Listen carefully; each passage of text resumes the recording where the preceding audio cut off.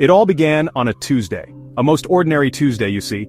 The sun was shining, birds were singing their cheerful everyday songs, children were in school, probably doodling dragons in their notebooks when they should have been doing sums. No one expected a thing. But then, the sky began to change. It wasn't a storm. It was something else entirely. Strange, shimmering colors swirled above our heads like oil spilled on a giant puddle. The air grew still. The birds stopped singing. Every person on the street, in every town, in every country stopped what they were doing and looked up at the sky in wonder.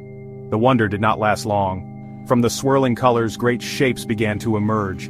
They were not like our airplanes or our spaceships. They were enormous, like mountains floating silently downwards. They were shaped like colossal seashells, all spirals and spikes glowing with a soft, eerie light. They made no sound at all, which was somehow more frightening than a great roar would have been.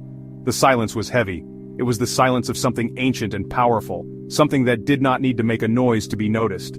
We all just stood there, mouths open, hearts thumping like war drums in our chests. Then, the attack started. It wasn't with loud explosions or flashy laser beams, not at first. Instead, a strange energy pulsed from the giant shell ships. It rippled through the air, making everything wobble like seeing the world through heated air. Cars stopped working, lights flickered and died. Our phones, our televisions, our radios all went silent. We were suddenly thrown back into a world without technology, a world that felt very small and very dark. The shell ships just hung there, watching us, as if they were waiting for something. The quiet was the scariest part. It was a quiet full of questions we were too afraid to ask. We soon learned what they wanted. Great metallic legs, like those of a spider, descended from the bellies of the shells. They weren't shooting or destroying, they were drilling. They plunged deep into the earth, into our parks, our fields, and even our city squares. They began to suck something from the ground. It was our water. Not just the water from the rivers and lakes, but the water from deep within the earth itself. They were draining our world drop by precious drop. The green grass around the drills turned brown and withered. The land grew dry and cracked. The aliens weren't here to fight us. They were here to take the very lifeblood of our planet. Fear is a funny thing. It can make you run and hide under your bed, or it can make you very, very brave. For the first few days, fear made everyone run. People hid in their homes, peering out from behind curtains at the silent, thirsty giants in the sky. The world we knew had vanished. There was no news to tell us what was happening, no leaders on the television to tell us to be calm. There was only the hum of the alien drills, and the growing certainty that our world was dying. The fear was a cold, heavy blanket that covered everyone from the smallest child to the bravest soldier. But you cannot stay hidden forever, especially when the taps run dry. People began to venture out. At first it was just to find water or to check on neighbors. A person from one house would meet a person from another. They would share a little food, a little water, and a lot of worried looks. But they were sharing. Something important was happening. Strangers began to talk to one another. People who had never spoken a word before were suddenly helping each other, united by the same great big problem hanging over their heads. The fear was still there, but it was no longer a blanket, it was becoming a bond. This bond spread across the world. Without our phones or the internet, we had to find new ways to connect. Old radios were dusted off. Messengers rode bicycles from one town to the next, carrying news and warnings. We learned that the shell ships were everywhere, on every continent, all doing the same thing.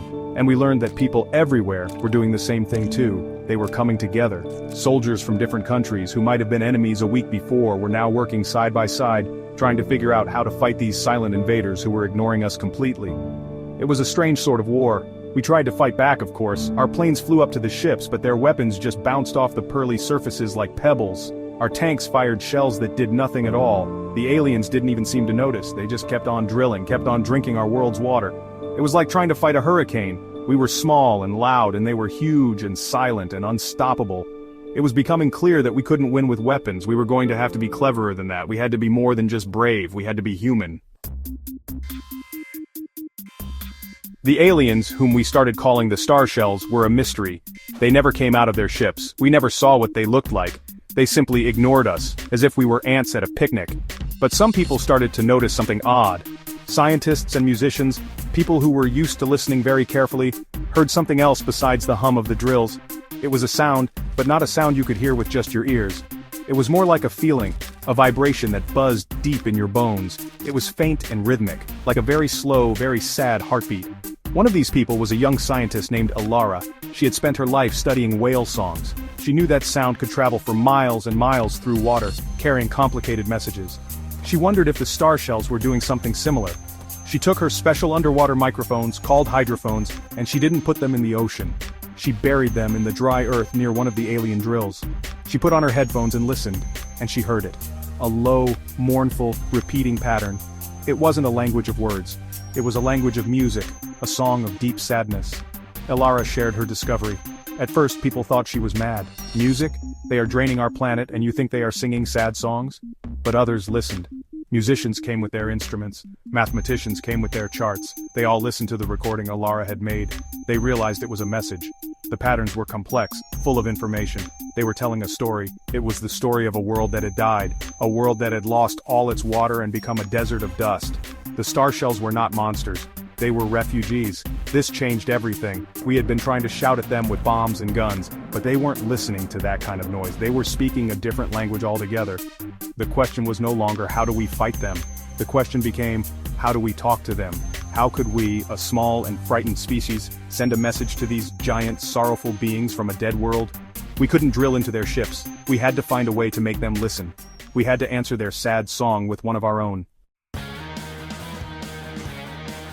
The plan was beautifully, wonderfully simple. It was a plan that no general would ever have thought of. We were going to sing back, all of us, together. Using the languages of music and mathematics, our cleverest people worked out a reply. It wasn't a song of anger or surrender, it was a song of understanding. It said, "We hear you, we understand your sadness, but this is our home, there is another way." The message also contained a map of our solar system pointing to the moons of Jupiter and Saturn, places that were full of ice and water but had no life to harm. Getting everyone to sing at the same time was the next great challenge, but humanity had become a team. Runners and riders spread the word. From the biggest cities to the smallest villages, everyone knew what they had to do. On the chosen day, at the chosen hour, the world fell silent once more. But this time it was our choice. Then we began. Some people sang, some played instruments, violins, drums, guitars, anything they had. Some people just clapped their hands or stomped their feet in the right rhythm. We turned our entire planet into one giant orchestra.